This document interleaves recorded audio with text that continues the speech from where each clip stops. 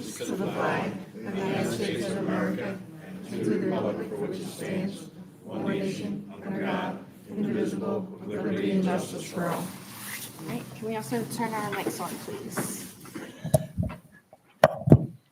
Okay. All right, we will begin with the report of borough officers. Do we have any updates from the financial advisor? Yeah, because of the change in date, the financial officer couldn't make it, and our budget will be presented as normal in the December meeting, Okay. finalizing. All right, any questions regarding the financial advisor's report? Okay, police chief's report. Nothing tonight, Madam President. I'll have a written report for you for the meeting. Okay. Fire chief's report. I will have my written report at the regular council. Okay. Do we have anything from the engineer? JP is on vacation for a week. A little busy with the school, so he decided to, day after election, take a trip. So he'll be back next week. The report is that he's been working hard, along with my office and the engineers, to get Springfield Road, what they call base coat. Double base coat, which is base and binder, to get the smooth out. We're trying to get them accelerated to get up to Oak Avenue. They haven't hit any rock up in that section, so they're moving pretty quickly. They get to Oak Avenue, you're starting to see some of the widening of Sycamore Road with the inlets going in there. And hopefully get them off that street before winter. So that's what we're trying to do. We're meeting with PennDOT, I think, when JP comes back Thursday. By the time they get set up, it's like they get like four hours. Yeah, by the time 9 o'clock hits, road gets closed. PennDOT has expressed, if we get to the Oak Avenue and do the milling and binding, they just shut the road down at 8 and let them go to 4 just to get those couple days just to get the thing done. We lose a lot of time in setup and barricading and all that. So it's, most people are, I just want to get that road back open. So. Okay. Any questions? All right. Solicitor's report. Thank you, Madam President. Just two items. Number one, I circulated tonight as the meeting started a proposed resolution. This was something that Chief Rockenbach requested. It's based upon a 1995 law that allows police officers to make arrests without a warrant in certain summary offense cases. And I'll invite the chief to correct me if I'm wrong, but basically I think that the purpose of this is a police officer shows up, there's a couple of people fighting, there's some aspect of fight or violence going on, there's threats, somebody's yelling, screaming, threatening somebody, and to be able to effectively diffuse the situation allows the police officer to arrest that person, even though it's not a misdemeanor charge. And separate that person from the situation so that it doesn't escalate further. It is only in certain types of summary offenses: disorderly conduct, public drunkenness, obstructing highways, and the purchase, consumption, or transportation of malt liquors and beverages. It requires that the suspect's conduct be ongoing, that the conduct constitutes an offense in the officer's view, and that the conduct imperils the personal security of any person or endangers public or private property. So what the 1995 state law said was that if the governing body adopted a policy to allow the police officers to do this, they could. And I think the chief said that at some point in the past, he believes that Clifton Heights did adopt this policy, but we just can't locate it in writing anywhere. So he asked that we do it again. Another safeguard here is what it also talks about in Section 2, is that following the arrest, the officer shall satisfy the procedure set forth in Pennsylvania Rule of Criminal Procedure 71. What that rule says is that any person that is arrested in this circumstance has to have one of two things happen. Either they are immediately released after if the officer determines that they're no longer a threat to themselves or others, and a citation would then be issued by the mail, which is typically what happens with a summary offense. Or number two, if the person arrested, basically hasn't, is still violent, to immediately bring them before a magistrate, and at which time they would immediately be allowed to have their trial. And if you couldn't have the trial at that point, that they'd be released on bond. So those are the safeguards. A person that is arrested like this, again, the idea I think is to take them away from the violent situation, and then take them, say, back to the police department, things are calmed down and they get released. I imagine that's 99% of the time. Absolutely. And then, for somebody that their behavior continues in a violent manner where they couldn't be released at that point, they would be immediately taken before a judge, and the judge must set bond for them, and tries to deal with the charges right there and then. So that's, and I'll defer to the chief. That's the absolute whole thing in a nutshell. Okay. I do have copies of the 1995 law and Rule of Criminal Procedure 71. If anybody wanted to read through those to make sure they're satisfied, that people are protected, by this. So just let me know, and I'm happy to give you a copy or give Chris a copy, and you can read through. They're not long. The law itself is shorter than this resolution, to tell you the truth. And then the rule of criminal procedure is just a couple pages long. So if anybody wanted to see that, so that's number one. And number two, I always at this time of year remind council and the public, the steps that we take in order to adopt the budget and the tax levy ordinance. We begin, and we have already begun to prepare the budget for 2026. What the law requires is just simply that council begin to prepare the budget, and then we will have a draft at least 10 days before the final adoption. And we advertise in the newspaper that budget draft is available for review here in the office and for getting copies at least 10 days prior to the final adoption. And then what I would also do is advertise at least 7 days in advance of final adoption, the tax levy ordinance. And then at councils before the end of the year, council is required to adopt the budget and then adopt the tax levy ordinance.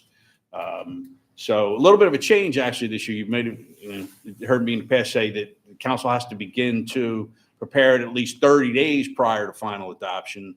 They actually changed that law last year, and they sort of took those 30-day words out because no one really knew when the 30 days began or ended. So I guess the legislature figured, well, we'll just take it out. And but the key parts are the budget is a draft budget, at least, is prepared and available to the public at least 10 days before adoption, which I presume is going to be at the December council meeting. Or prepare for the introduction at the caucus like we always do, get it out to council, and then, 10 days later for the council meeting. And then adopted at the December meeting. Realizing that this isn't a municipal election year and that we will have new people on council in December or in January. The law also does provide that in those types of years, the new council may reopen the budget and the tax levy ordinance and make any changes that they want through February 15th of next year. So that possibility exists also. And those are the only things I have at this time. Okay. Any questions regarding Mr. McLean's report? Okay. Community development and code enforcement. Thank you, Madam President. At this point, I would like to publicly thank Dennis English, our code enforcement officer. Dennis English, today was his last shift. He's been with us since 2021. He was an invaluable asset to our department. So again, I'd like to thank him for his excellent service to the borough. Thank you. Okay. Manager's report. Thank you. I'm looking for approval. If you remember, we have the flags that we participated with the VFW. They're up for the veterans throughout the community. They have been really well received. They've also been a very high maintenance item for the borough. We do not have a method or means to get up there to take care of them, so we have to bring in contractors. We were able to buy a ladder van back a couple months ago, maybe 6 months ago, that had a ladder on top of it and a E350 van. That device had some maintenance issues. We took it out there, needs some pretty good repairs, possibly. It's red tagged, so it won't work. I mean, we can't use it for height because of safety. Working with the manufacturer that we've been going back and forth with, his opinion is if we send the truck there, he'll take it off, use that for parts because it's an older one, give us a newer one, totally refurb. Truck then will be probably worth around $50,000. We paid $8,000 for the van and the truck. It'll be shipped back, it will be driven back, and then we could use it for what we have. We have to do this. My office gets inundated. My grandfather was on pole number, whatever, and then it doesn't get up, and then you try to tell them we're going to get the person in. So we usually use Ford Electric that helps us out, but it's an expensive day. We try to get like 5 or 7 of them, or get up there, and it's just a problem. And I think it's a respect that we need to do this. I think it's a good deal. Talking to the manufacturer, it's going to come out with warranted. So the plan is that Jimmy would drive it out there. It's about a 17-hour drive, fly back. Then when they go out there, he'll be trained on it properly, and then bring it back, and then we'll get this thing up and running. So probably 45-day turnaround. You got to take it off, put it on there. So I'm looking to do that just to get it so we can have something here to take care of our own town. So that's a $30,000 purchase. We have the money in capital, so we're going to be looking for approval. John, is there a way, we put it up on the board, is there a way to do this to get it started out there? I need a deposit.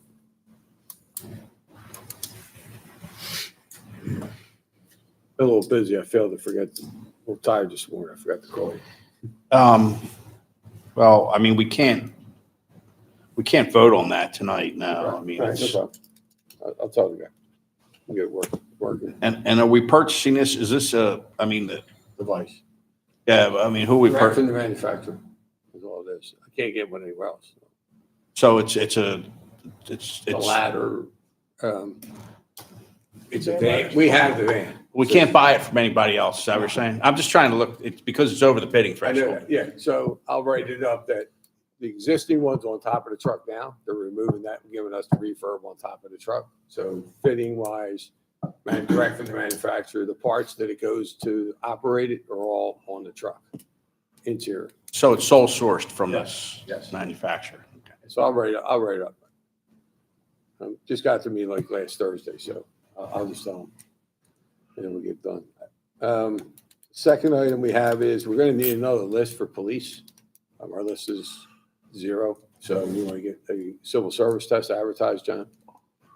Yeah, so what we should do is put on as an agenda item, council request to the Civil Service Commission to begin the process to test for a police officer, if that's what council wants to do. But the civil service regulations say council shall request that the Civil Service Commission, undertake the testing procedure, so. And the final item is our book for codification that's online. I looked, I don't know how that process works to get it in there. So we need a meeting to be able to go back to when the last time it was done, just make sure, like, it came to mind when you just did that ordinance. I mean, is there a process that Chris has to do? I do. Did they do it? I don't know how that, Is with general code. yes. Yeah. So may I answer that? And I actually, this is something that was on my list, to get to. So yes, we do have, every time we adopt an ordinance, Clifton Heights did codify its ordinances, meaning they, took all of the ordinances, that were first adopted in 1885 and through till, a few years back, ordinances number 1 through 1500. And what they call codified, the meaning, there might be 8 ordinances that deal with snow removal. So, somebody, and it's usually this general code company you hire to do it, they take it and they consolidate everything. They take all the pieces and they put them together in an orderly fashion. And so now we have the Clifton Heights Code, which is the book that's there. So instead of really ordinance number 354 that says you got to cut your grass, we now have code section 36-3. So what we should do is, every 6 months, every year, is update that. So we would send to general code whatever ordinances we have adopted. And they would then, Very well. move that in. I mean, when I draft ordinances, I try to put it into that code format, where you use the sections. But we should we should put that in there so that it is online. We do run into, and I just ran into a problem, if we don't update it regularly, like for instance, the amusement device, the ordinance that we passed, that hasn't made it yet into the code. So when I was dealing with the attorney representing some of the people, he's looking at something online that was our old ordinance, and I'm saying no. So we figured out the problem. But yeah, it's a good practice every 6 months or at least every year to send to general code. And sometimes what municipalities do is, as they go along during the year, they might at the very beginning put up a PDF of any ordinance that's been passed that year so that people can see that when they look online. Because I think for the most part now, people, lawyers, real estate agents, everybody that deals with our codes just goes online, and especially if you're dealing with multiple, they go to the general code website, to take a look at it. So it is a cost to have them, updated. It might be a couple $1,000 a year kind of thing. And we have a contract with them for the code itself being up there. So we should ask them, when's the last time you got an update from us? And then take copies of the ordinances and send it to them to update it. Gotcha. That's all I have. Okay, any questions? Tom, just one. The $30,000, it says, to purchase. Now, will extra money be needed for the transportation? Yeah. Yes. Yeah, So, Jimmy, and we're pricing out 2 ways. I'll have it all wrapped up. One is to drive it out, fly them home, and then fly them back out and drive it home. So it's running about 1,200. It will run about 1,200 hours for 2 days to have the guys go out and do it. okay. That'll be included. I already asked to make sure we're covered. We don't have, one of the other ways is to see if we have a low boy to get out. It's 11 foot, so you can't put it on a flatbed. So probably a low boy with a tractor is going to cost a heck of a lot more money. Mileage. I think so. You should check it out. Minneapolis. So it's about an 18-hour drive, I think it is. Here's what the. That's what it looks like. Just one other question. I guess we should move on. It's pretty fast with winter coming and going out to Minneapolis. Yeah, that's right. We'll get on there. Mhm. Any other questions? That's the ladder trucks getting out. Like, use the ladder truck. You spend $2 million to get a ladder truck. We'll take your own one. We can gift you one. Yeah. Yeah, sure. Save the snorkel. That's all I have. Okay. All right, next up are council reports. Mr. Fagioli? I have nothing. Mr. Cannon? Just one thing. I'm sure most of the residents have heard about the hit and run accident that took that woman's life down on Penn Street. We hear all the time about the speeding and special thanks to the chief and his guys for such a quicker arrest in that. But to all the residents, please. I mean, we saw what happened on Chester Pike. We saw what happened on Penn Street. You can't be in that much of a hurry. This has just each individual has to be more responsible. Mr. Braun? I have nothing. Ms. Burley? I don't have anything, thank you. So Over the weekend, I was at the cheerleading competition, the Burt Bell competition for the cheerleaders. So I wanted to congratulate the 14 and under group on their second place, their 12 and under on their second place, and the 8 and under on their fifth place. I saw all their performances. It was great. They should have got first place, but congratulations to them. This Saturday at 2, the seniors are in a playoff game against Prospect Park. It's the semifinal round. And then also this Saturday, the food drive kicks off from 9 to 1. They'll be distributing bags and flyers for the food drive that will happen the following weekend on the 15th. So they're looking for volunteers from 9 to 1. You can stop at St. Stephen's, get bags and flyers, and they're just looking for people to deliver the bags so that way people could fill them up with food for the 15th, where you can drop off bags at Borough Hall from 8:30 to 3, and then they'll be brought to Today's Child Gym to be sorted and boxed. So that's all I'd like that, like we did last year, Tom, we'll be all right to store the boxes here Yes. at Borough. Okay, so Harris isn't here, so I'll start gathering them and I'll bring it to Borough Hall. Thanks, John. All right. So that's all I have. Mr. Gorman? I'm glad Halloween went off without a hitch. Tim? Good night. Very good night. Everybody had fun. Nobody got hurt. There you go. And the dentists are going to love him. That's right. That's all I have. Okay. Mr. Mayor? Thank you, Madam President. Nothing to report for caucus. I'll have a report for our council meeting. Just a reminder for everyone, one item I have, just a reminder, Veterans Day is this Tuesday. If you know any of your veterans in your neighborhood, thank them for their service. If you have time, stop over to the Legions and say hello to those guys, maybe buy them a beer or whatever. That's this Tuesday, Veterans Day. Thank you. All right. Then we are adjourned.